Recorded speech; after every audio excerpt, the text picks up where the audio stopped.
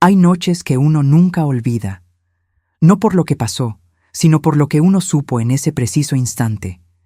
Ese momento exacto en que el mundo que conocías se parte en dos y sabes, con una certeza que te atraviesa los huesos, que ya nada volverá a ser igual. Esa noche yo no dormía. Llevaba semanas sin dormir bien, desde que empecé a notar cosas que no podía explicarme. Pero esa noche en particular estaba sentada en mi mecedora, la misma mecedora de madera que compré con mi esposo Ernesto hace más de 40 años en el mercado de artesanías de Oaxaca, la que cruje exactamente 3 veces cada vez que uno se sienta y que ya no cruje igual desde que Ernesto se fue. Estaba tejiendo o intentando tejer, porque mis manos seguían moviéndose, pero mi mente estaba en otra parte. Eran pasadas las 11 de la noche. El chapulín que vive detrás de la maceta de albahaca cantaba como siempre. Y entonces sonó el teléfono. El mensaje de Fernanda llegó sin palabras. Solo una ubicación. Y debajo, 4 letras que me detuvieron el corazón. Ven ya. Mi hija Fernanda tiene 34 años y 2 hijos. No es de las que pide ayuda. Nunca lo ha sido. Desde niña aprendió a cargarse todo sola, igual que yo le enseñé, que fue lo que me enseñaron a mí, y que ahora, sentada en esa mecedora a las 11 de la noche, mirando esas 4 letras en la pantalla, entendí que quizás fue lo peor que pude haberle dado. Tomé mi bolsa, busqué las llaves, y cuando salí a la calle, el aire de Oaxaca olía a tierra húmeda y a copal de la iglesia que está a 2 cuadras. Ese olor tan familiar que esa noche se sentía extraño, como si el mundo entero estuviera disfrazado de algo que conocía, pero que ya no era lo mismo. El motel estaba en la salida de la ciudad, por la carretera que va hacia Tlacolula, uno de esos lugares que uno sabe que existen, pero pretende que no existen. Fachada de piedra gris, letrero de neón rosado con una letra fundida, un pasillo que olía a humedad y a algo que no quiero describir. Encontré el cuarto. Toqué 2 veces. La puerta se abrió y ahí estaba mi hija, mi Fernanda, acurrucada sobre una cama que no era suya, con los zapatos todavía puestos y los ojos de alguien que ya cruzó un río que no tiene regreso. Me miró, y en esa mirada no vi alivio de que yo hubiera llegado. Vi algo peor. Vi el cansancio de alguien que lleva demasiado tiempo cargando algo que no debería cargar sola. Antes de que me cuente lo que tiene que contarme, necesito pedirte algo a ti que estás escuchando esta historia conmigo. Sé que ya son tarde donde estás. O quizás es temprano y todavía no amanece. Dime en los comentarios desde qué ciudad estás viendo esto. ¿Qué hora es allá? Porque yo, en este momento, no me siento sola con estos recuerdos. Y eso es porque sé que estás ahí. Dale like si esta historia ya te está llegando al corazón. Suscríbete si todavía no lo has hecho, porque aquí hay una historia nueva cada día, sin falta. Y ahora, déjame seguir. Porque lo que Fernanda me dijo esa noche en ese cuarto de motel es algo que cambió todo lo que yo creía saber sobre mi propia familia. Fernanda habló con una voz que yo no le conocía. Plana, distante, como cuando alguien ha repetido algo tantas veces en su cabeza que las palabras ya perdieron el peso y quedaron solo como sonidos. Me dijo que había pasado algo esa noche, que no era la primera vez, que había alguien detrás de todo. No me dio detalles, no al principio, y yo no la empujé porque conocía a mi hija, y sabía que si la empujaba, se cerraba como una ostra y no había manera de abrirla. Entonces me senté a su lado en esa cama extraña y esperé. El ventilador del cuarto hacía un ruido suave y repetitivo. Afuera, un carro pasaba de vez en cuando por la carretera, y Fernanda seguía hablando, poco a poco, con largos silencios en medio, como alguien que está revisando si el piso es firme antes de poner el peso. Mi nombre es Dolores Xochitl Reyes Vázquez. Tengo 71 años y viví toda mi vida en Oaxaca de Juárez, en la colonia Reforma, en la misma casa donde nací, donde crié a mis hijos, donde enterré a mi esposo y donde todavía duermo cada noche bajo el mismo techo de teja que mi padre construyó con sus manos. No soy una mujer de muchas palabras. Ernesto solía decir que yo hablaba poco, pero pensaba mucho, y tenía razón. Soy observadora. Soy de las que nota cuando algo está fuera de lugar, cuando una persona no es lo que dice ser, cuando hay una corriente oscura debajo de una superficie tranquila. Quizás es por los años que trabajé en el centro de salud del barrio. Casi 28 años como auxiliar de enfermería, viendo pasar familias, viendo a los niños crecer, viendo también las señales que los niños llevan en el cuerpo cuando algo les está pasando que no saben cómo decir con palabras. Mi casa huele a chocolate oaxaqueño en las mañanas y a hierba santa en las tardes porque tengo una maceta junto a la ventana de la cocina. Tengo un Cristo de madera en la sala que fue de mi madre y que fue de la madre de mi madre, y un retablo de la Virgen de Juquila en el pasillo porque ella es la que escucha en esta tierra. Tengo fotos en la pared de todos mis hijos, 4 en total, y de mis 8 nietos, y entre esas fotos hay una de Fernanda cuando tenía quizás 7 años, con el vestido de tehuana que le hice yo misma para el Guelaguetza del pueblo, riendo con todos los dientes, con esa energía que tenía de niña que parecía que iba a comerse el mundo. Esa foto me duele diferente ahora. Fernanda es mi segunda hija. Creció siendo la más independiente, la más brava, la que no necesitaba que nadie la cargara. Estudió contabilidad en la UABJO, trabajó desde los 18 años para pagarse ella sola sus cosas, y cuando conoció a Rodrigo, que es el padre de sus hijos, yo pensé que había encontrado a alguien que la merece. Me equivoqué. Pero eso es otra historia y ya la cargaré cuando sea su turno. Lo que importa ahora es lo que pasó esa noche en ese cuarto de motel y lo que Fernanda me dijo al final, después de que le había contado todo lo que pudo con esa voz plana y distante. La última frase, la que partió todo en dos. Me dijo que había grabaciones y que esas grabaciones eran vendidas. No dije nada, por lo que me pareció un tiempo muy largo. El ventilador seguía girando. Afuera pasó otro carro. Sentí que el piso del cuarto se volvía menos firme bajo mis pies, aunque yo estaba sentada.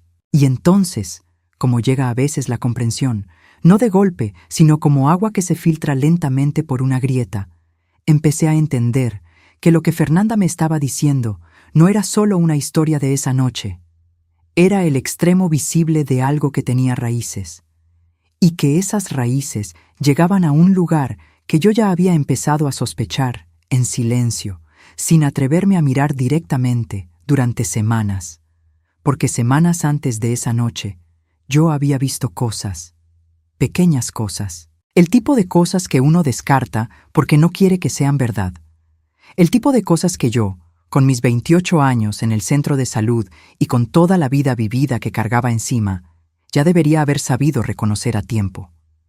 La primera vez que algo me llamó la atención fue un domingo de hace quizás 2 meses.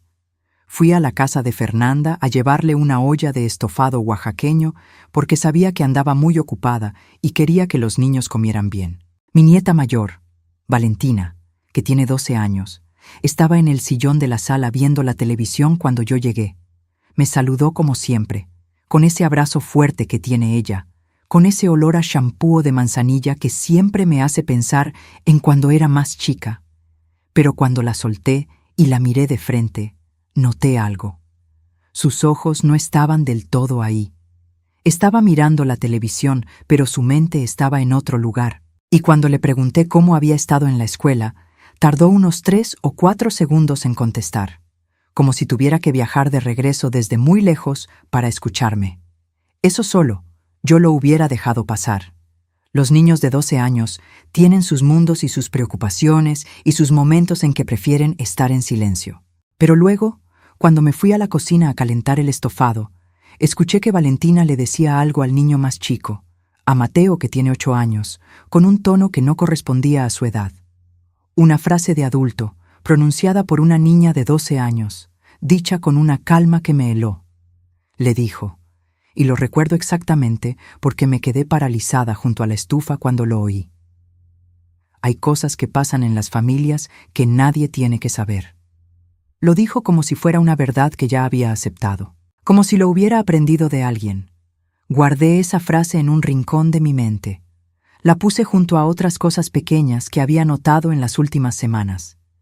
que Valentina ya no dormía sola en su cuarto y había pedido cambiarse a la recámara de Mateo. Que la maestra de Mateo había mandado una nota a casa diciendo que el niño se había vuelto muy callado en clases y que a veces se quedaba mirando el pizarrón sin responder cuando le preguntaban algo. Que Fernanda, cada vez que yo intentaba hablar sobre cómo estaban los niños, cambiaba el tema o se ponía a revisar el teléfono. Pequeñas cosas. Pero juntas formaban algo que yo no podía nombrar todavía. Solo sentía, y lo que sentía era frío. El día que encontré el dibujo fue 10 días antes de la noche del motel. Estaba recogiendo la ropa que había tendido en el patio de la casa de Fernanda porque ella no había podido ir por ella y me había dado llave. Entré al cuarto de Valentina a dejar la ropa doblada sobre la cama y al agacharme para recoger un calcetín que había caído, vi que había un cuaderno debajo de la cama. Se había salido a medias, como si alguien lo hubiera empujado ahí con prisa. No soy una persona que revisa las cosas de otros, pero algún instinto que viene de los años y de las historias que uno ha visto pasar, me hizo tomarlo. El cuaderno tenía la cubierta de un personaje de caricatura, de esas que usan los niños para la escuela. Adentro, en la mitad, había un dibujo que Valentina había hecho con lápiz de color. Era una figura grande, sin rostro definido, con una figura pequeña junto a ella. La figura pequeña tenía el cabello largo como Valentina, y la figura grande tenía una línea oscura alrededor de la figura pequeña, como si la estuviera encerrando. Debajo del dibujo, en letra de niña, estaban escritas 3 palabras: no puedo salir. Guardé el cuaderno, no en el lugar donde lo encontré. Me lo llevé a mi casa, envuelto en la ropa, sintiéndome al mismo tiempo que estaba haciendo lo correcto y que estaba cruzando un límite. Esa noche lo puse debajo de mi almohada y empecé a no dormir bien. Hay una cosa que uno aprende cuando trabaja en salud pública durante casi 3 décadas, y es esto. Los niños no mienten con palabras, mienten con el cuerpo. Las palabras de un niño pueden ser entrenadas, pueden ser manipuladas, pueden ser suprimidas por el miedo o por la lealtad o por el amor confundido. Pero el cuerpo de un niño dice siempre la verdad. Se tensa en presencia de ciertas personas. Se relaja en presencia de otras. Deja de comer o come compulsivamente. Deja de dormir o no puede despertar. Regresa a comportamientos que había dejado atrás hace años, como si el niño buscara instintivamente el periodo de su vida en que se sentía más seguro. Yo vi esas cosas en el centro de salud muchas veces. Vi madres que llegaban con niños que no crecían aunque comieran bien, que tenían dolores de estómago que no tenían causa médica, que se orinaban de noche habiendo dejado ese hábito a los 4 años. Yo sabía lo que eso significaba, y sabía también lo que significaba en Valentina. Pero saber no es lo mismo que actuar. Y actuar cuando el peligro puede estar dentro de tu propia familia, cuando actuar significa acusar a alguien que quizás todos los demás defienden, cuando actuar significa romper algo que ya está roto pero que todavía parece entero desde afuera. Eso es lo más difícil que existe. Yo lo sé, porque lo viví. Y antes de contarles lo que pasó después de esa noche en el motel, tengo que contarles algo de mí que muy pocas personas saben. Porque no hay manera de entender por qué hice lo que hice si no entienden de dónde vengo. Pero antes, quiero que me digan algo. Estás escuchando esto, y algo de lo que cuento te está resultando familiar. No necesariamente de tu propia vida, pero quizás de alguien que conoces. Un niño que viste cambiar de repente. Una persona que cayó demasiado tiempo. Escríbemelo en los comentarios. No tienes que dar nombres ni detalles. Solo escríbeme si reconoces algo de lo que estoy describiendo. Y si todavía no has dado like, dámelo ahorita. ¿Desde qué estado de la República estás viendo esto? ¿Qué hora es allá? Me ayuda mucho saber que no estoy sola cuando cuento estas cosas. Suscríbete si no lo has hecho. Aquí llega una historia nueva cada día, te lo prometo. Ándale, sigo. Yo nací en 1954 en un rancho pequeño que ya no existe, a unos kilómetros de Tlacolula de Matamoros, en el Valle de Oaxaca. Mi padre era campesino y mi madre costurera. Éramos 4 hermanos y yo era la mayor. No éramos ricos, pero tampoco pasábamos hambre, aunque había meses en que el maíz alcanzaba justo y mi madre hacía milagros con lo que había para que la comida llegara a los 4. Crecí sabiendo que la vida era trabajo y que el trabajo era dignidad.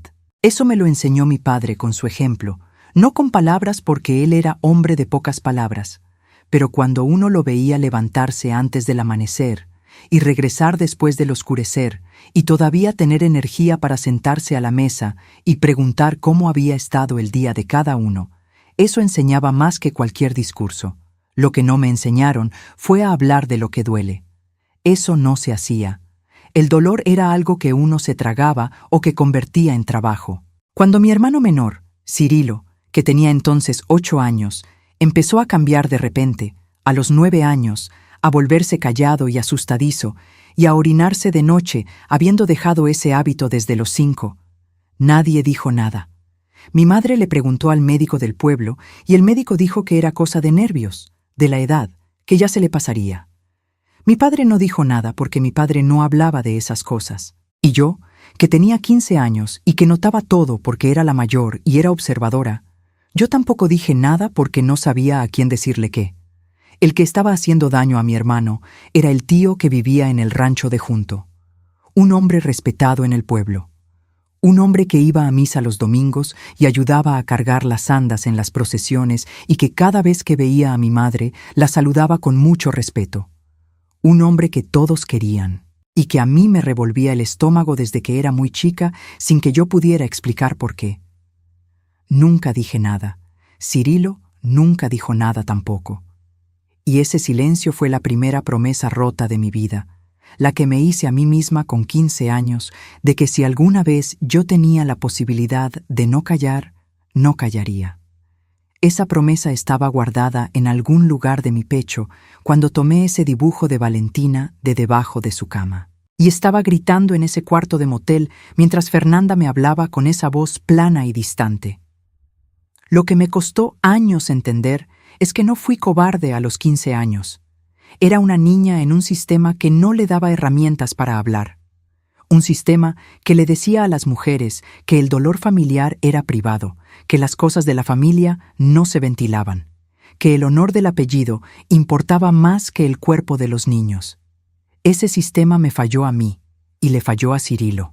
Y cuando llegué a trabajar al centro de salud a los 22 años, con Fernanda de bebé amarrada en el rebozo, me prometí que aprendería todo lo que pudiera aprender sobre cómo los cuerpos de los niños hablan cuando su voz no puede. Eso fue lo que me formó, no un título, la vida y la atención. Fernanda creció viéndome trabajar. Vio pasar familias por mi vida. Vio cómo yo escuchaba a las madres, cómo observaba a los niños, cómo a veces me quedaba callada por mucho tiempo antes de hablar, porque estaba juntando lo que veía con lo que sabía. Ella siempre dijo que yo era la abuela de todos los niños del barrio, no solo de los míos, y tenía razón. Pero también aprendió de mí esa herencia dura de no pedir ayuda, de cargarse todo sola, de pensar que el dolor de la familia era un asunto interno. Eso la trajo a ese cuarto de motel. Y eso fue lo que tuve que deshacer, no solo en ella, sino en mí misma, para poder hacer lo que había que hacer. Rodrigo, el padre de Valentina y Mateo, se fue de la casa hace 3 años. No de manera dramática, sin gritos ni escándalos, solo se fue yendo poco a poco hasta que un día ya no estuvo más. Fernanda nunca me contó los detalles y yo no insistí porque ella no quería que insistiera. Lo que sé es que después de que Rodrigo se fue, Fernanda pasó un año muy difícil económicamente y emocionalmente, y fue en ese año cuando él apareció en su vida. Su nombre es Aurelio Montaño Torres. Tiene 47 años. Originario de Miahuatlán, establecido en Oaxaca desde hace unos 12. Dueño de una tlapalería en la colonia Reforma, a 3 cuadras de mi casa. Lo conocí cuando Fernanda empezó a salir con él, hace unos 2 años. La primera impresión fue de alguien tranquilo, trabajador, amable con los niños. Siempre llegaba a la casa de Fernanda con algo, un jugo para los niños, unas tlayudas del mercado. Una vez llegó con un ramo de flores de cempasúchil porque era cerca del Día de Muertos y a Fernanda le gustan. Hablaba conmigo con mucho respeto, me llamaba doña Lolita, me preguntaba por mi salud, me traía pastillas de guanábana porque sabe que me gustan. En mi barrio, todo el mundo habla bien de Aurelio Montaño. Es el que arregló la bomba de agua cuando se rompió en el edificio de los vecinos. Es el que lleva las cuentas de la cooperativa de la iglesia. Es el que presta herramientas sin cobrar nada. Cuando yo empecé a dudar de él, cuando empecé a hacer preguntas, la gente me miraba como si me hubiera vuelto loca. Doña Lolita ya está muy grande para andar imaginando cosas. Eso es lo que decían cuando decían algo. Pero yo había aprendido, en 28 años de trabajo en el centro de salud, que las personas que hacen daño rara vez parecen las personas que hacen daño. Eso no es una opinión mía. Es algo que cualquier trabajadora social o psicóloga o médica que trabaja con familias en riesgo puede confirmar. El peligro no tiene cara de peligro, tiene cara de normalidad, de amabilidad, de qué buena persona es. Eso es lo que lo hace tan difícil de ver y tan fácil de ignorar. Las primeras señales que me preocuparon de Aurelio, vistas ahora desde atrás, tenían ese carácter aparentemente inocente que hace que uno las deje pasar. La manera en que a veces se quedaba a solas con Valentina con cualquier pretexto mientras Fernanda estaba en la cocina o en el baño. La manera en que le compraba cosas a la niña, ropa, accesorios, detalles que parecían generosos, pero que eran siempre cosas personales, nada de juguetes ni libros, siempre ropa o cositas para ponerse. La manera en que a veces le decía cosas al oído cuando creía que nadie miraba, y Valentina se quedaba muy quieta cuando eso pasaba, sin moverse ni sonreír, con esa quietud que no era comodidad, sino contención. Yo lo noté, y una vez, solo una vez, antes del motel, le dije a Fernanda que me parecía que Aurelio pasaba mucho tiempo a solas con Valentina. Fernanda me miró con una expresión que yo solo le había visto 1 o 2 veces en la vida, una expresión que mezclaba molestia con algo parecido al miedo, y me dijo que no empezara, que Aurelio era muy bueno con los niños y que yo siempre había tenido algo en su contra. Yo no discutí, guardé lo que sentía y puse más atención. Y Valentina, mi Valentina, que de niña llegaba corriendo a mi casa y pedía que le contara historias del rancho donde nací, que le encantaban los chapulines con limón y que reía con todo el cuerpo, con los hombros, con los pies, con los ojos cerrados de tanto reírse. Esa misma niña en los últimos meses había dejado de reír así. Reía todavía, pero era una risa diferente, contenida, como si alguien le hubiera bajado el volumen.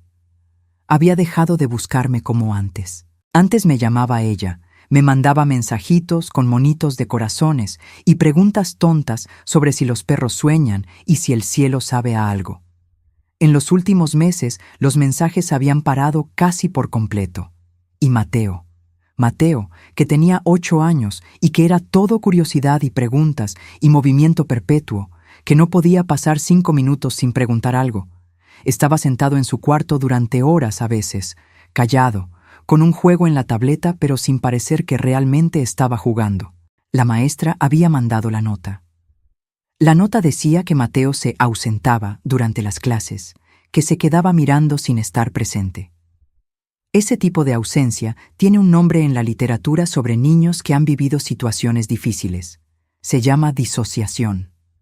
No es que el niño sea distraído, es que el niño aprendió a irse a otro lugar cuando el presente duele demasiado. Yo lo sabía, y me estaba costando aceptar lo que eso significaba. Esa noche en el motel, después de que Fernanda terminó de hablar, yo me quedé en silencio por un largo tiempo. El ventilador giraba. Las lágrimas de Fernanda habían parado, no porque ya no le doliera, sino porque creo que ya no le quedaban más. Y yo pensé en Valentina con su dibujo de la figura encerrada. Pensé en Mateo mirando el pizarrón sin estar ahí. Pensé en Cirilo con 9 años orinándose de noche y nadie diciendo nada. Y supe, con esa certeza que viene de muy dentro y que no se negocia, que esta vez iba a ser diferente. Le pregunté a Fernanda una sola cosa esa noche. Le pregunté si los niños sabían dónde estaba ella en ese momento. Me dijo que no que los había dejado con una vecina diciéndoles que volvía rápido. Entonces le dije que teníamos que recoger a los niños, que esa noche no iban a volver a la casa donde estaba Aurelio, y que al día siguiente, juntas, íbamos a empezar a hacer lo que había que hacer. Fernanda me miró. No dijo nada por un momento, y luego dijo, con esa voz plana que me rompía el corazón: ¿Y si nadie nos cree, mamá? Le tomé la mano. Le dije lo que sabía con certeza. A mí me va a dar igual. Eso no era valentía ciega. Era algo más parecido a la deuda que le debía a Cirilo y a la promesa que me había hecho con 15 años en el rancho que ya no existe. Recogimos a los niños pasada la medianoche. La vecina, una señora llamada Consuelo que lleva 30 años viviendo frente a la casa de Fernanda, nos abrió la puerta sin hacer preguntas. Vio mi cara y la cara de Fernanda y solo dijo: «Los niños están dormidos en el cuarto de mis hijas». Eso es lo que valen las vecinas de toda la vida. No preguntan, ven y saben. Cargué a Mateo dormido en brazos y Fernanda cargó a Valentina, que se despertó a medias y preguntó con voz de sueño a dónde iban. Le dije que a casa de su abuela, que iba a haber chocolate caliente. Se volvió a dormir en el hombro de su mamá. Esa noche los 4 dormimos en mi casa.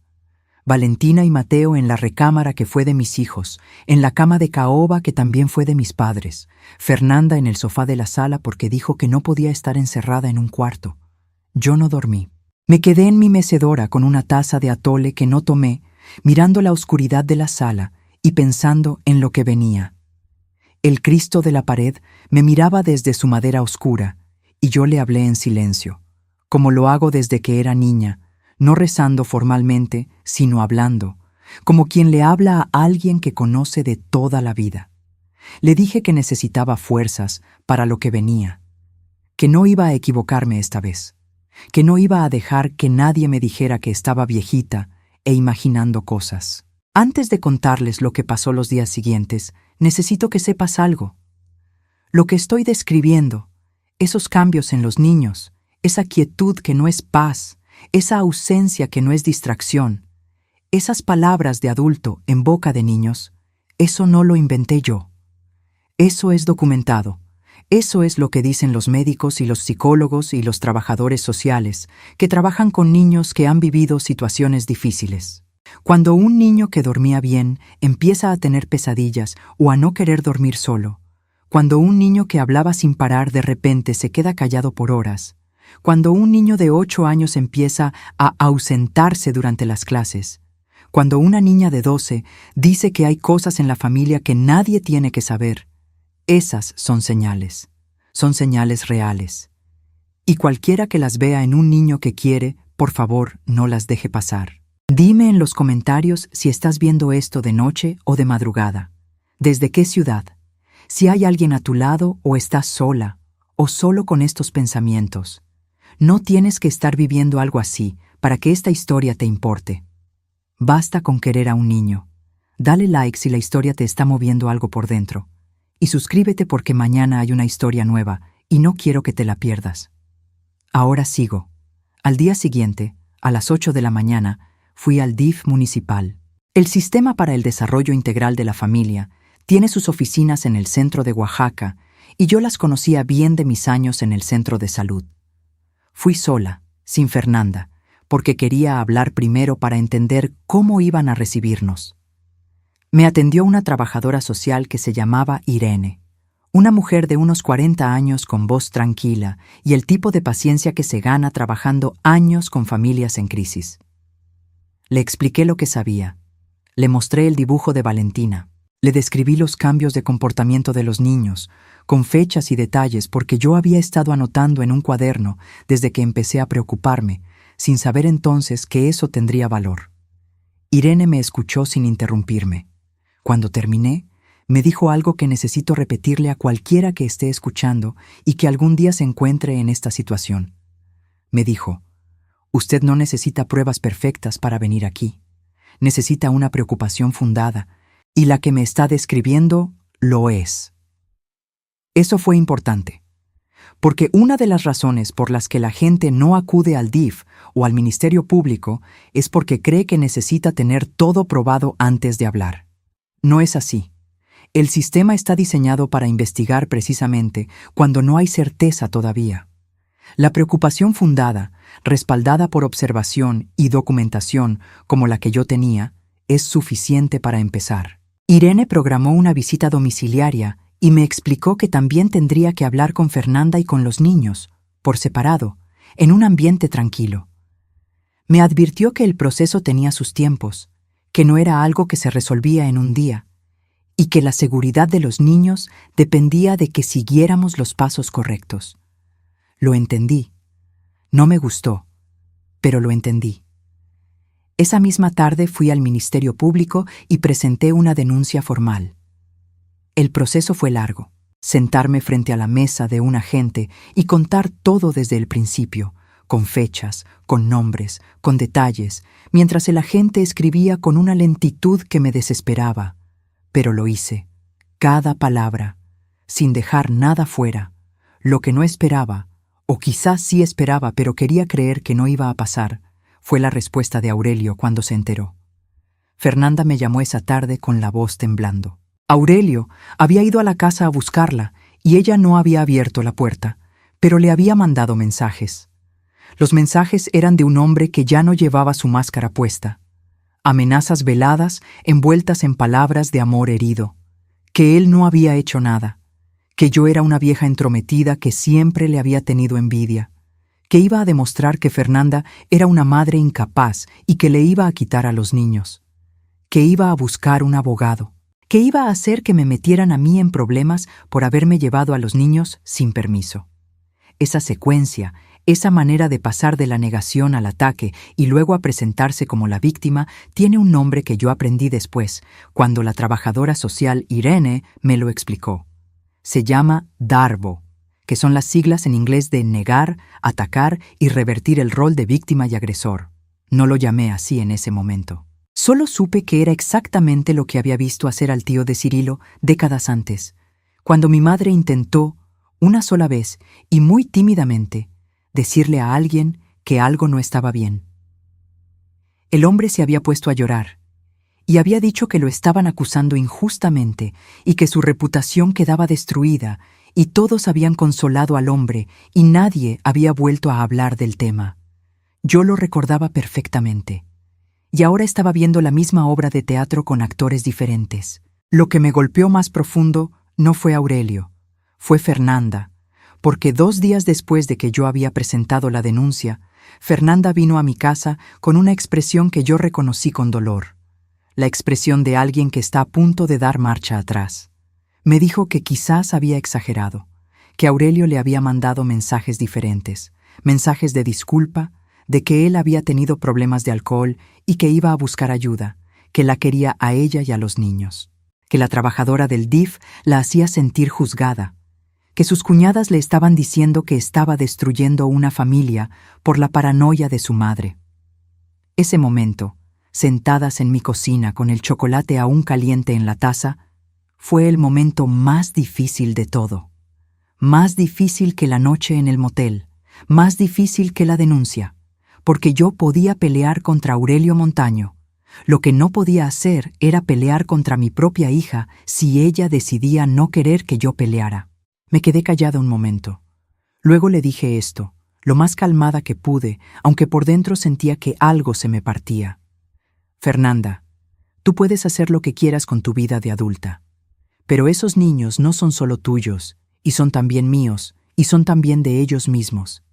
Y lo que vi en ese dibujo, lo que escuché de Valentina, lo que la maestra reportó de Mateo, eso no cambia porque Aurelio llore y prometa. El llanto no borra lo que los niños ya vivieron. Fernanda no dijo nada. Se fue. Y yo me quedé con el miedo real de que iba a perder el acceso a mis nietos. Lo que me salvó esa semana fue Irene, la trabajadora social del DIF. Llamé al día siguiente, le conté lo que había pasado con Fernanda y ella me explicó algo fundamental, que la ambivalencia de la madre era normal, que las mujeres que han estado bajo la influencia de un manipulador necesitan tiempo para salir de esa niebla, que mi trabajo no era convencer a Fernanda, sino documentar y proteger a los niños a través de los canales institucionales mientras Fernanda encontraba el camino. Que el proceso seguía, aunque Fernanda en ese momento no estuviera de mi lado. El lunes siguiente, Irene hizo la visita domiciliaria a la casa de Fernanda. Yo no estuve presente, pero después Irene me llamó para decirme que había hablado con los niños por separado, que Mateo no había hablado mucho, pero que Valentina, con mucho cuidado y paciencia, había dicho algunas cosas que confirmaban que necesitaban una evaluación más profunda con un psicólogo especializado en niños. El expediente estaba abierto. El proceso seguía. Esa semana fue la semana más larga de mi vida. No dormía. El dolor en el pecho que había sentido aparecer hacía semanas se volvió constante, y fui al médico que me dijo que era estrés y que tenía que cuidarme porque mi presión estaba alta. Esa noche, sola en mi mecedora, saqué el cuaderno de Valentina de donde lo había guardado, debajo de mi almohada. Lo abrí en el dibujo, la figura grande, la figura pequeña con cabello largo, la línea oscura alrededor. No puedo salir. Mirándolo, con las manos que me temblaban un poco, sentí algo que no sé si llamar dolor o fuerza. Quizás son lo mismo cuando has vivido bastante. Prometí en voz baja que ese cuaderno iba a tener un destino diferente al que tuvo el silencio de Cirilo. Que esta vez la figura pequeña iba a poder salir. Y entonces me llegó un mensaje de una persona que no esperaba. Una mujer llamada Patricia, que había trabajado años antes como voluntaria en el DIF y que ahora trabajaba en un colectivo de apoyo a familias en Oaxaca. Me había encontrado a través de Irene, que le había hablado de mi caso con mi permiso. Patricia me dijo que quería hablar conmigo, que conocía a una psicóloga especializada en trauma infantil que trabajaba en la Facultad de Medicina de la UABJO, que había otras mujeres en situaciones parecidas que habían logrado lo que yo quería lograr, y que había algo más que necesitaba contarme sobre Aurelio Montaño Torres. Patricia llegó a mi casa un martes por la tarde. Trajo consigo a la psicóloga, que se llamaba doctora Carmen Villanueva, una mujer de unos 50 años, con el tipo de calma que da confianza. Se sentaron en mi cocina y yo puse agua para el té de canela y guardé el delantal en el gancho de la puerta y me senté a escuchar. Lo que Patricia me contó cambió todo lo que yo creía saber sobre la situación. Aurelio Montaño Torres no era desconocido para el Sistema de Protección Infantil de Oaxaca. 2 años antes, en otra colonia de la ciudad, había existido una denuncia similar.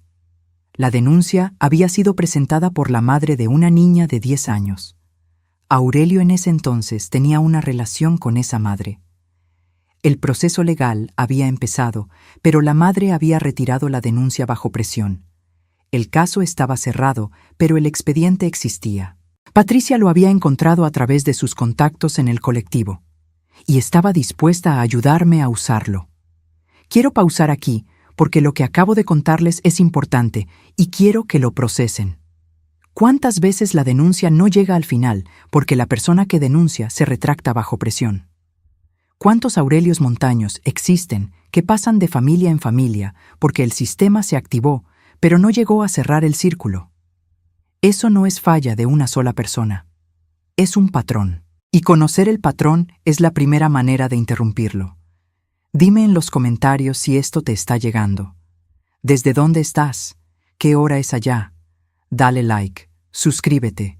Esta historia no termina aquí y lo que viene después es lo que hace que todo este dolor haya valido algo. La doctora Carmen Villanueva habló con Valentina 2 veces, en mi casa, en la cocina, mientras Mateo jugaba en el patio y yo estaba presente pero en silencio. La doctora era experta en hablar con niños de manera que no se sintieran interrogados. No hacía preguntas directas, jugaba, dibujaba, hablaba de otras cosas, y en esos espacios Valentina empezó a soltar cosas. No de golpe, no todo de una vez. Primero pequeñas insinuaciones que la doctora recibía con calma, sin sobreaccionar, sin empujar. Luego más. Luego, en la segunda sesión, Valentina tomó un papel y dibujó algo mientras hablaban, y lo que dibujó fue documentado por la doctora con su protocolo profesional. La doctora Carmen levantó un informe técnico. No era un testimonio en el sentido legal, pero era una evaluación profesional de las señales observadas en Valentina, firmada por una especialista con credenciales verificables de la UABJOO. Ese informe se unió al expediente del DIF, se unió a la denuncia del Ministerio Público, se unió al registro del caso anterior que Patricia había encontrado. Mientras eso pasaba, Fernanda seguía en una posición difícil. Aurelio seguía buscándola, seguía enviándole mensajes. Un día llegó a la casa con flores y ella le abrió la puerta y yo me enteré después. Esa noche Fernanda y yo hablamos por teléfono y fue la conversación más dura que hemos tenido en la vida. Yo no la acusé, no le grité, porque entendía lo que le estaba pasando. Un hombre que te ha convencido durante 2 años de que sin él no puedes, que ha sido estratégico en cómo te aísla de tu red de apoyo, que llora y promete justo cuando estás a punto de soltarlo, ese hombre no se suelta de un día para otro. La dependencia emocional que él construyó no desaparece porque la realidad se vuelva más clara. Eso también es documentado. Eso también es real. Lo que le dije a Fernanda esa noche fue esto: no te estoy pidiendo que te odies. Te estoy pidiendo que pongas a los niños primero, aunque solo sea por este momento. Y le dije algo más, que el proceso ya estaba en marcha independientemente de lo que ella decidiera, que el DIF tenía el expediente abierto, que la Fiscalía tenía la denuncia, que el informe de la doctora Carmen estaba registrado, que el caso anterior de Aurelio existía, que la maquinaria ya giraba y que lo único que ella podía elegir era si estaba dentro de ella o fuera. Esa fue la conversación que cambió algo en Fernanda. No de inmediato, pero al día siguiente me llamó. Me dijo que había decidido hablar formalmente con la trabajadora social Irene, que iba a contar lo que sabía desde el principio, lo que había estado cargando sola desde antes de la noche del motel, que tenía miedo, que no sabía si iba a poder sostener lo que venía. Yo le dije, para eso estoy yo, para que tú no tengas que cargarlo sola. La confrontación formal ocurrió en las oficinas de la Fiscalía Especializada que existe en Oaxaca para delitos contra la familia y menores. No fue un momento dramático de película. Fue una sala con sillas de plástico y un escritorio grande y una fiscal que se llamaba licenciada Berenice Salinas, que tenía cara de haber visto demasiado y que escuchó a Fernanda durante más de 1 hora sin interrumpirla excepto para hacer preguntas precisas. Yo estaba afuera en la sala de espera. Fernanda salió con los ojos rojos, pero con algo diferente en la postura, como si hubiera depositado algo muy pesado en un lugar donde alguien más podía cargarlo junto a ella. Aurelio fue citado a declarar 2 días después. Patricia me contó lo que había pasado a través de sus contactos. Llegó seguro de sí mismo, con un abogado, diciendo que todo era una confusión provocada por una suegra que siempre le había tenido envidia. Cuando la fiscal sacó el expediente del caso anterior y lo puso sobre la mesa, la seguridad de Aurelio cambió. Su abogado pidió un receso. Cuando regresaron, Aurelio ya no tenía la misma postura. La máscara no había caído de manera dramática. Simplemente había dejado de sostenerla. Las autoridades dictaron una medida cautelar que le prohibía el acercamiento a Fernanda y a los niños. Eso no es justicia completa. El proceso penal iba a llevar tiempo. Los procedimientos del juzgado familiar iban a tener sus pasos. Pero en ese momento, lo que importaba era que Aurelio Montaño Torres no podía acercarse a Valentina y a Mateo. Y eso era suficiente para empezar a respirar. Esa noche, cuando llegué a mi casa y entré a la cocina y vi a los niños sentados a mi mesa comiendo sopa de fideo, Mateo me preguntó si podía quedarse a dormir. Le dije que sí. Valentina me preguntó si habría chocolate de abuela por la mañana. Le dije que siempre. Y Fernanda, que estaba lavando los trastes de espaldas a mí, se quedó quieta por un momento y luego siguió lavando. Y yo entendí que eso también era una forma de decir gracias. Han pasado 8 meses desde esa noche en el motel. El chocolate de abuela ya es parte de la rutina de los martes y jueves, porque esos días los niños vienen a mi casa después de la escuela mientras Fernanda trabaja. Mateo ya no se queda mirando el vacío. Hace 2 semanas llegó corriendo de la escuela a contarme que había ganado un concurso de matemáticas en su salón, y la manera en que lo dijo, con todo el cuerpo involucrado, con los brazos en el aire y los pies casi sin tocar el piso, me recordó al Mateo de antes. No exactamente igual, porque los niños que han vivido cosas difíciles no regresan exactamente al mismo lugar de donde salieron, pero van hacia adelante. Y eso, cuando uno lo ve con sus propios ojos, vale más que cualquier cosa. Valentina está en terapia con la doctora Carmen 1 vez a la semana. El proceso es lento. Hay semanas buenas y semanas en que regresa a los silencios y a los miedos nocturnos. Pero hay algo que cambió en ella que me alegra de manera profunda. Valentina ya me escribe otra vez. Mensajitos pequeños, no todos los días, pero sí varios a la semana. El otro día me mandó uno que decía solo: «Abuela, ¿los árboles sienten cuando les cortan las ramas?».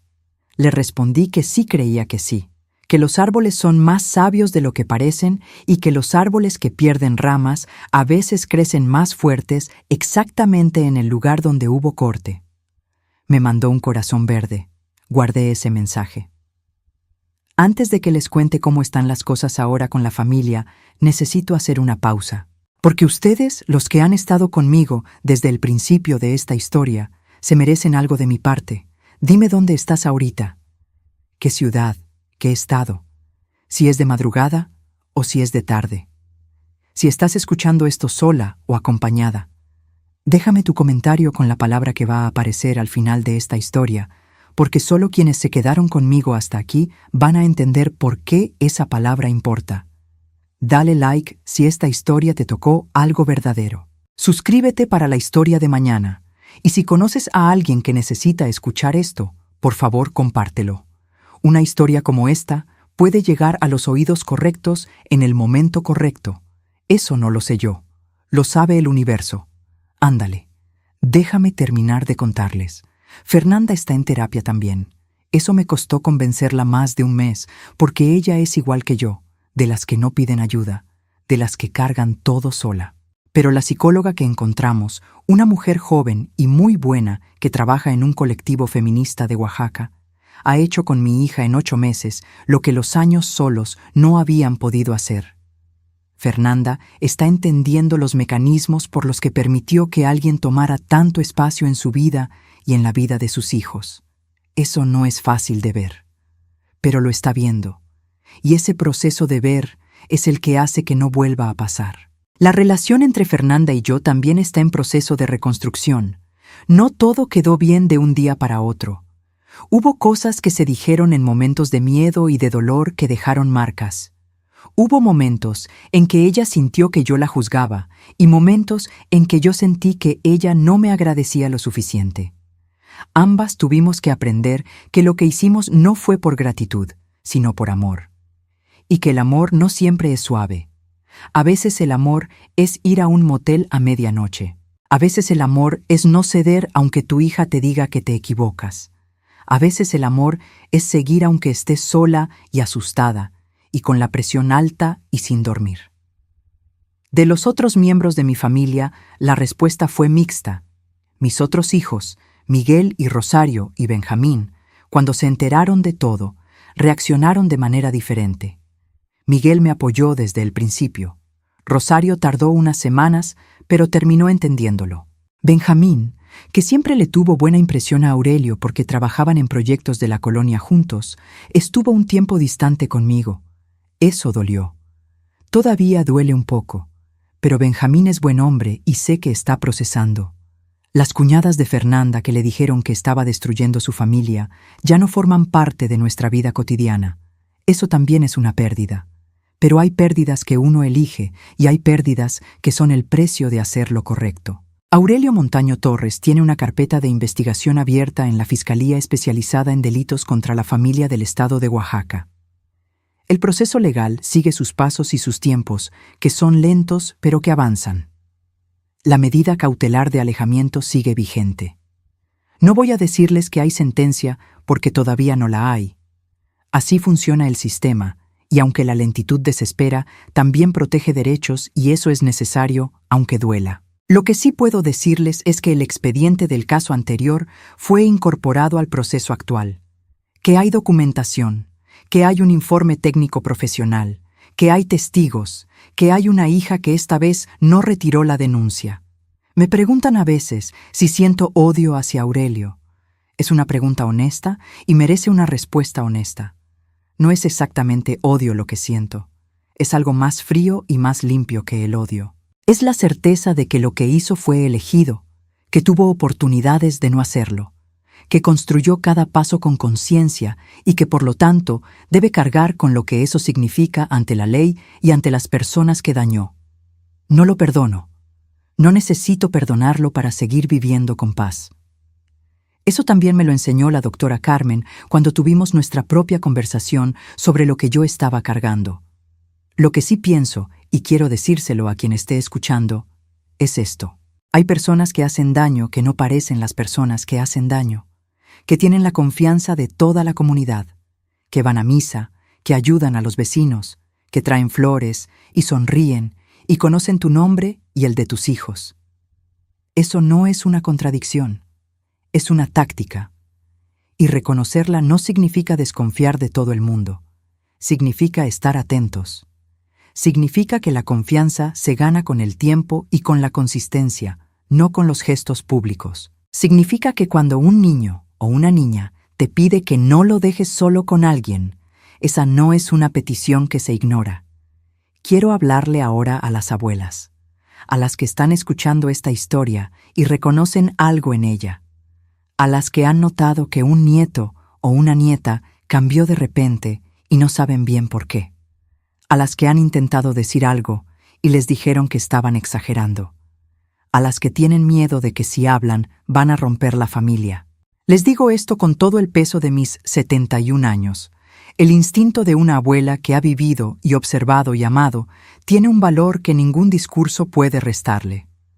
No dejen que nadie les diga que están viejitas para entender. No dejen que nadie las convenza de que imaginan cosas. Si un niño cambió de repente, si un niño que dormía solo ya no puede dormir solo, si un niño que hablaba sin parar ya no habla, si un niño dibuja figuras encerradas y escribe que no puede salir, esas señales son reales. Son reconocidas por la psicología y por la medicina, y merecen atención. Cuando un niño deja de querer estar con una persona específica sin poder explicar por qué, créanle. Los niños no fabrican ese tipo de rechazo. Lo sienten en el cuerpo antes de poder ponerle nombre. Cuando un niño regresa a comportamientos que había dejado atrás hace años, como mojarse la cama o hablar con voz de niño más chico, no es capricho. Es el cuerpo buscando el momento en que se sentía más a salvo. Cuando un niño de 12 años dice con voz de adulto que hay cosas en la familia que nadie tiene que saber, alguien le enseñó eso. Y hay que preguntar quién y por qué. Si están viendo señales en un niño que quieren, hay recursos reales en México a donde acudir. El DIF municipal o estatal tiene presencia en todos los municipios del país. No necesitan tener pruebas perfectas para ir. Necesitan una preocupación fundada y la disposición a documentar lo que han observado con fechas y detalles. El Ministerio Público o la Fiscalía de su estado recibe denuncias formales. En muchos estados, como Oaxaca, existe una fiscalía especializada en delitos contra la familia o contra menores. La Comisión Nacional de los Derechos Humanos tiene una línea de atención al número 807-15-2000, que es gratuita y está disponible. Y si hay un colectivo de apoyo a familias en su ciudad, busquen. Existen. Son personas reales que conocen el sistema y pueden acompañarlas. A los padres y madres que quizás están escuchando esto y reconocen algo de su propia situación, no les hablo con juicio. Les hablo con el amor complicado de alguien que vio a su hija cargando algo que no debería haber cargado sola. La manipulación es real. El aislamiento es real. La niebla que produce estar bajo la influencia de alguien que sistemáticamente te convence de que estás exagerando o que sin él no puedes. Esa niebla es real también. No es tu falla. Pero los niños que están contigo necesitan que encuentres la manera de salir de esa niebla, y no tienes que hacerlo sola. Por eso existen los recursos. Por eso existen personas como Irene y como Patricia y como la doctora Carmen. Por eso existen las abuelas que no se rinden. La mañana de hoy, que es un martes, Valentina vino a mi casa después de la escuela. Trajo su mochila y una tarea de español y también trajo el mismo cuaderno con caricaturas en la cubierta donde yo había encontrado el dibujo de la figura encerrada. Me lo dio sin decir nada. Lo abrí. En la página donde había estado ese dibujo había otro, 2 figuras. Una grande con el cabello canoso, que era claramente yo. Una chica con el cabello largo, que era claramente ella, las dos de la mano, sin líneas oscuras alrededor, sin encierro, solo 2 personas de la mano con el sol dibujado en una esquina, con rayos en forma de estrella, como lo dibujaban los niños de mi época. Debajo del dibujo, en letra de Valentina, estaban escritas 3 palabras, diferentes a las de la primera vez. Estas 3 palabras decían: ya puedo salir. Guardé ese cuaderno. Está ahora en mi mesita de noche, al lado del Cristo de madera y de la foto de Ernesto, que es lo último que veo antes de dormir. Cuando lo miro, pienso en Cirilo, en el rancho que ya no existe, en la promesa que me hice con 15 años y que tardé décadas en cumplir. Pienso en que las promesas no tienen fecha de vencimiento, que nunca es demasiado tarde para hacer lo correcto, que la valentía no siempre es ruidosa. A veces la valentía es ir al motel a medianoche. A veces es sentarse frente a un agente del Ministerio Público y contar todo desde el principio. A veces es quedarse en la mecedora sin dormir y no ceder y no callarse y no dejar de creerle a una niña que dibujó que no podía salir. Valentina ya puede salir.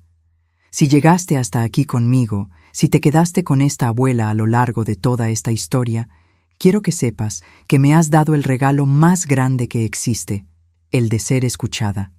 Y ahora te pido una última cosa. Deja en los comentarios la palabra libre. Solo las personas que se quedaron conmigo hasta el final entenderán por qué esa palabra importa hoy. Deja tu like, suscríbete si todavía no lo has hecho, porque aquí hay una historia nueva cada día sin falta. Comparte este video con alguien que lo necesite escuchar, porque uno nunca sabe qué historia llega al oído correcto en el momento correcto. ¿Desde dónde estás? ¿Qué hora es allá? Quiero saberlo. De todo el corazón de esta abuela al tuyo, muchas gracias. Cuídense mucho y cuiden a sus niños, siempre.